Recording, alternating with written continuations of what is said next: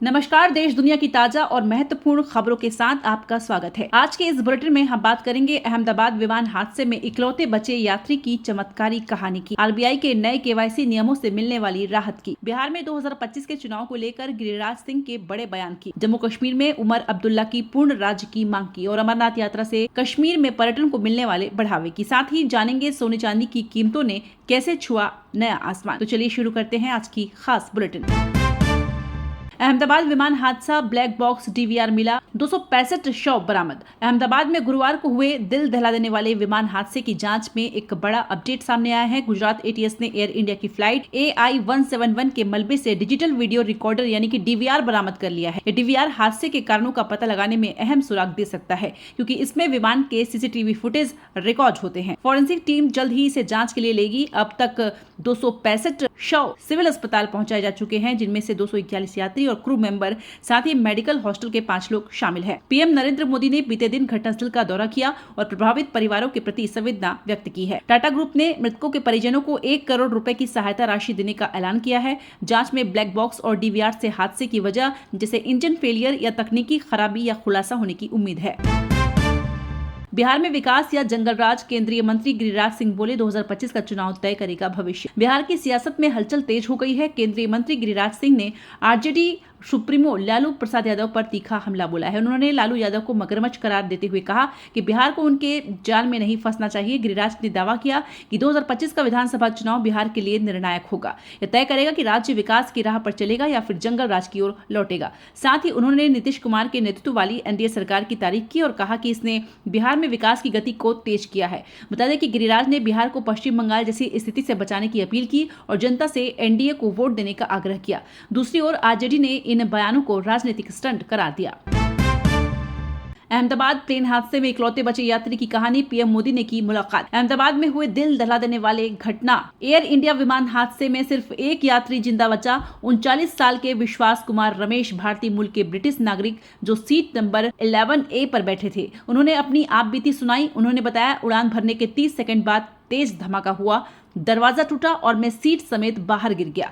जब होश आया, चारों तरफ मलबा और धुआं था। मैं डर गया, लेकिन किसी ने मुझे बचाकर अस्पताल पहुंचाया। वहीं प्रधानमंत्री नरेंद्र मोदी भी शुक्रवार सुबह अहमदाबाद सिविल अस्पताल पहुंचे और विश्वास से मुलाकात की। उन्होंने विश्वास का हौसला बढ़ाया और उनके स्वास्थ्य की कामना की। पीएम ने हादसे की साइट का दौरा भी किया और राहत कार्यों की समीक्षा की। विश्वास की कहानी को लोग चमत्कार बता रहे हैं। सोशल मीडिया पर उन्हें मिरेकल मैन कहा जा रहा है। आरबीआई ने केवाईसी नियमों में किए बड़े बदलाव, जनवरी 2026 तक आसान और सुरक्षित होगा ग्राहक अनुभव। भारतीय रिजर्व बैंक ने केवाईसी नियमों में महत्वपूर्ण बदलावों में घोषणा की है, जो जनवरी 2026 से लागू होंगे। इन बदलावों का मकसद ग्राहकों के लिए केवाईसी प्रक्रिया को सरल और सुरक्षित बनाना है। अब कम जोखिम वाले ग्राहकों को केवाईसी अपडेट के लिए 30 जून 2026 तक का समय मिलेगा। इस दौरान उनके खाते में लेन देन जारी रहेंगे, लेकिन बैंकों को नियमित निगरानी करनी होगी। बैंकों को अब ग्राहकों को केवाईसी अपडेट के लिए 3 बार पहले और 3 बार बाद में रिमाइंडर भेजने होंगे, जिनमें एक पत्र अनिवार्य होगा। बिजनेस कॉरेस्पोंडेंट्स अब केवाईसी अपडेट में मदद करेंगे, जिसमें ग्रामीण क्षेत्रों में प्रक्रिया आसान होगी। ग्राहक डिजिटल चैनलों जैसे ईमेल या मोबाइल के जरिए सेल्फ डिक्लेरेशन दे सकेंगे। आपको बता दें कि ये बदलाव खासकर सरकारी योजनाओं के लाभार्थियों और सामान्य ग्राहकों के लिए राहत लाएंगे, जो केवाईसी अपडेट में देरी से परेशान थे। उमर अब्दुल्ला का बड़ा बयान, केंद्र शासित प्रदेश का सीएम होना पूर्ण राज्य से अलग, नौकरशाह नहीं सुनते। जम्मू कश्मीर के मुख्यमंत्री उमर अब्दुल्ला ने एक बड़ा बयान दिया है। उन्होंने कहा है कि केंद्र शासित प्रदेश के मुख्यमंत्री के रूप में उनकी भूमिका पूर्ण राज्य के मुख्यमंत्री से बहुत अलग है। पहले जब वो राज्य के मुख्यमंत्री थे, उनके निर्देशों का पालन होता था, लेकिन अब नौकरशाह उनकी बात नहीं सुनते। उमर ने कहा, पहले मैं एक अधिकारी को कुछ करने को कहता था तो वह 10 तरीके बताता था कि काम कैसे होगा। वही अधिकारी 10 कारण बताता है कि काम क्यों नहीं हो सकता। उन्होंने केंद्र शासित प्रदेश की व्यवस्था को चुनौतीपूर्ण बताते हुए कहा कि यह स्थिति अस्थायी होनी चाहिए। उमर ने जोर देकर कहा कि जम्मू कश्मीर को जल्द पूर्ण राज्य का दर्जा मिलना चाहिए, ताकि प्रशासनिक बाधाएं कम हो और जनता की समस्याओं का समाधान तेजी से हो सके। भीषण गर्मी का कहर, 9 राज्यों में हीट वेव, राजस्थान हरियाणा में रेड अलर्ट, तेलंगाना में बिजली गिरने से 6 की मौत। देश के 9 राज्यों में गर्मी का प्रकोप चरम पर है। उत्तर प्रदेश, मध्य प्रदेश, पंजाब, हरियाणा, राजस्थान, दिल्ली, हिमाचल प्रदेश, जम्मू कश्मीर और उत्तराखंड में हीट वेव का अलर्ट जारी है। मौसम विभाग ने चेतावनी दी है कि राजस्थान और हरियाणा में तापमान 48 डिग्री सेल्सियस तक पहुंच सकता है, जिसके चलते रेड अलर्ट घोषित किया गया है। भीषण गर्मी से बचने के लिए लोगों को दोपहर में बाहर न निकलने और खूब पानी पीने की सलाह दी जा रही है। दूसरी ओर तेलंगाना में सीएम मौसम ने अलग ही रुख लिया। यहाँ बिजली गिरने की घटनाओं में 6 लोगों की जान चली गई। स्थानीय प्रशासन ने लोगों से सतर्क रहने और आंधी तूफान के दौरान सुरक्षित स्थानों पर रहने की अपील की है। मौसम विभाग के मुताबिक अगले 24 घंटों में उत्तर भारत में गर्मी और तीखी रहेगी, जबकि कुछ इलाकों में हल्की बारिश की संभावना है। किरोड़ी लाल मीणा की बड़ी कार्रवाई, नकली बीज घोटाले में 11 कृषि अधिकारी निलंबित, जांच शुरू। राजस्थान में कृषि मंत्री डॉक्टर किरोड़ी लाल मीणा ने नकली बीज घोटाले के खिलाफ सख्त कदम उठाया है। 13 जून को श्री गंगानगर में उनके निर्देश पर कृषि विभाग के अधिकारियों और कर्मचारियों को निलंबित कर दिया गया। यह कार्रवाई तब हुई जब छापेमारी में पता चला कि अधिकारी नकली बीज बेचने वाली कंपनियों से मिले हुए थे, जिससे किसानों को भारी नुकसान हो रहा था। मंत्री मीणा ने हाल ही में श्री गंगानगर में 9 फैक्ट्रियों पर छापा मारा, जहां 8 को सील कर दिया गया। इन फैक्ट्रियों में नकली बीज तैयार किए जा रहे थे, जो किसानों की फसलों को बर्बाद कर रहे थे। अब इस मामले की गहन जांच शुरू हो गई है। इस बीच मीणा ने कहा कि किसानों के साथ धोखा बर्दाश्त नहीं किया जाएगा। इजराइल का ईरान पर सटीक हमला, IRGC चीफ सेना प्रमुख और 2 परमाणु वैज्ञानिकों की मौत। शुक्रवार 13 जून की सुबह मध्य पूर्व में एक बार फिर तनाव की लहर दौड़ गई, जब इजराइल ने ईरान की राजधानी तेहरान पर हवाई हमले किए। इन हमलों में ईरान के सबसे बड़े सैन्य कमांडर जनरल मोहम्मद बाघेरी और इस्लामिक रिवॉल्यूशनरी गार्ड कॉर्प्स के चीफ मेजर जनरल हुसैन सलामी की मौत हो गई। इसके अलावा 2 प्रमुख परमाणु वैज्ञानिक फेरिदुन अब्बासी और मोहम्मद मेहंदी तेहरानची भी इस हमले में मारे गए। इजराइल ने इसे ऑपरेशन राइजिंग लॉयन का नाम दिया, जिसका मकसद ईरान के परमाणु कार्यक्रम और सैन्य ठिकानों को निशाना बनाना था। इजरायली प्रधानमंत्री बेंजामिन नेतन्याहू ने कहा, यह हमला ईरान के परमाणु खतरे को रोकने के लिए जरूरी था। अब इसे तब तक जारी रखेंगे जब तक खतरा खत्म नहीं हो जाता। वहीं ईरान के supreme leader Ayatollah Ali Khamenei ने इसे क्रूर अपराध करार देते हुए कहा कि इजराइल को इसकी कड़ी सजा मिलेगी। ईरान ने जवाबी कार्रवाई के तौर पर इजराइल की ओर 100 से ज्यादा ड्रोन भेजे, जिन्हें इजराइल ने जॉर्डन और सऊदी के हवाई क्षेत्र में ही रोक दिया। अरुणाचल के बीजेपी विधायक को 2 साल की सजा, मोहाली कोर्ट ने चेक बाउंस केस में 5.5 करोड़ मुआवजे का दिया आदेश। मोहाली कोर्ट ने अरुणाचल प्रदेश के बीजेपी विधायक रातू तेची सहित 4 लोगों को चेक बाउंस मामले में बड़ा फैसला सुनाया है। सभी को 2 साल की साधारण कैद और 5.55 करोड़ रुपए का मुआवजा देने की सजा दी गई है। रातू तेची, जो पापुम पारे जिले के सगाली विधानसभा से विधायक है, 2024 में निर्विरोध चुने गए थे। ये मामला टीके इंजीनियरिंग कंस्ट्रक्शन प्राइवेट लिमिटेड से जुड़ा है, जहां आरोपियों ने निर्माण सामग्री खरीदी और 50 लाख रुपए के चेक जारी किए हैं, जो बाउंस हो गए। शिकायतकर्ता कुलविंदर सिंह ग्रेवाल ने कोर्ट में यह केस दायर किया था। कोर्ट ने यह भी कहा कि अगर पहले कोई राशि दी गई है तो उसे मुआवजे में समायोजित किया जाएगा। एयर इंडिया की फ्लाइट AI-379 को बम की सूचना के बाद थाईलैंड में इमरजेंसी लैंडिंग। एयर इंडिया की फ्लाइट AI-379 जो फुकेट से दिल्ली आ रही थी, बीते दिन सुबह एक चौंकाने वाली घटना का शिकार हुई।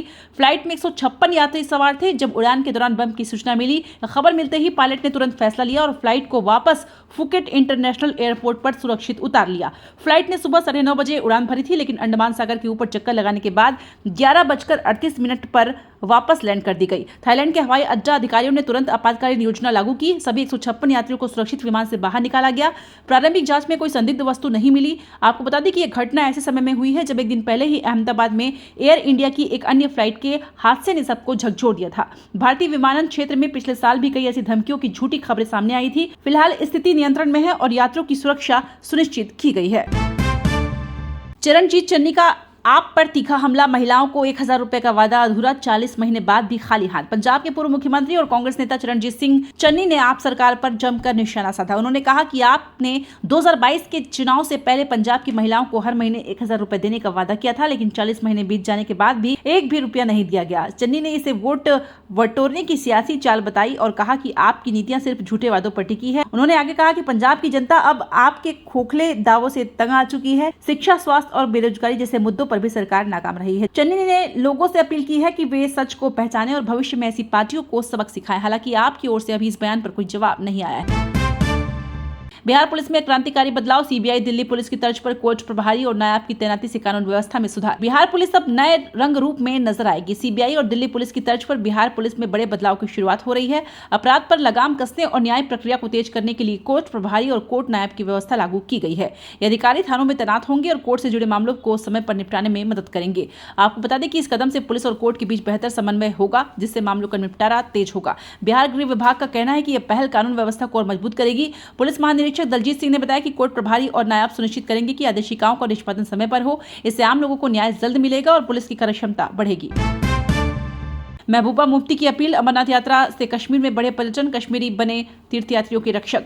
पीडीपी प्रमुख महबूबा मुफ्ती ने श्रीनगर में अमरनाथ यात्रा 2025 को लेकर बड़ा बयान दिया है। उन्होंने कहा कि कश्मीरी सदियों से तीर्थयात्रियों के सच्चे संरक्षक रहे हैं और इस बार भी वे अमरनाथ यात्रियों का खुले दिल से स्वागत करेंगे। 3 जुलाई से शुरू होने वाली इस 38 दिवसीय यात्रा को सुरक्षित और सफल बनाने की जिम्मेदारी कश्मीरियों की है। आपको बता दें कि महबूबा ने पहलगाम में पर्यटन को बढ़ावा देने की भी वकालत की। उन्होंने चंदनबाड़ी, बीटा वैली जैसे पार्कों को खोलने की मांग की ताकि स्थानीय दुकानदार, होटल मालिकों और घोड़े वालों को रोजगार मिलेंगे। उन्होंने कहा यात्रा की सफलता के कश्मीर के पर्यटन को नया बल मिलेगा। वहीं मुख्यमंत्री उमर अब्दुल्ला ने भी यात्रा को सुरक्षित बनाने का वादा किया है। 581 केंद्रीय सशस्त्र पुलिस बलों की टुकड़ियों के साथ ड्रोन और जैमर से सुरक्षा पुख्ता होगी। कश्मीर की मेहमान नवाजी और इस यात्रा में से पर्यटन को बढ़ावा देने की उम्मीद है। सोना 99,150 प्रति 10 ग्राम तो वहीं चांदी 1.6 लाख प्रति किलो पर पहुंची। सोने की कीमतों ने फिर से छुआ आसमान। शुक्रवार को 10 ग्राम 24 कैरेट सोने का दाम 1,715 बढ़कर 99,150 पर पहुंच गया। इस साल अब तक सोना 23,000 महंगा हो चुका है, जो निवेशकों और खरीदारों के लिए बड़ी खबर है। विशेषज्ञों का कहना है कि वैश्विक अनिश्चितता और मांग के इजाफे के चलते कीमतें और बढ़ सकती है। वहीं चांदी भी पीछे नहीं रही। इसकी कीमत 1.6 लाख प्रति किलो हो गई है, जो हाल के महीनों में रिकॉर्ड स्तर पर है। बाजार में उतार चढ़ाव के बीच चांदी की डिमांड भी बढ़ रही है। सेंसेक्स 573 अंक लुढ़का। इजराइल ईरान तनाव से शेयर बाजार में हड़कंप, एयरलाइन स्टॉक्स धड़ाम। इजराइल के ईरान पर हवाई हमले ने वैश्विक बाजारों में भूचाल ला दिया और भारतीय शेयर बाजार भी इससे छूता नहीं रहा। शुक्रवार को सेंसेक्स 573 अंक गिरकर 81,118 पर बंद हुआ, जबकि निफ्टी 169 अंक फिसलकर 24,718 पर आ गया। इस गिरावट की बड़ी वजह तेल की कीमतों में 7% से ज्यादा की उछाल है, क्योंकि ईरान तेल उत्पादन में अहम देश है।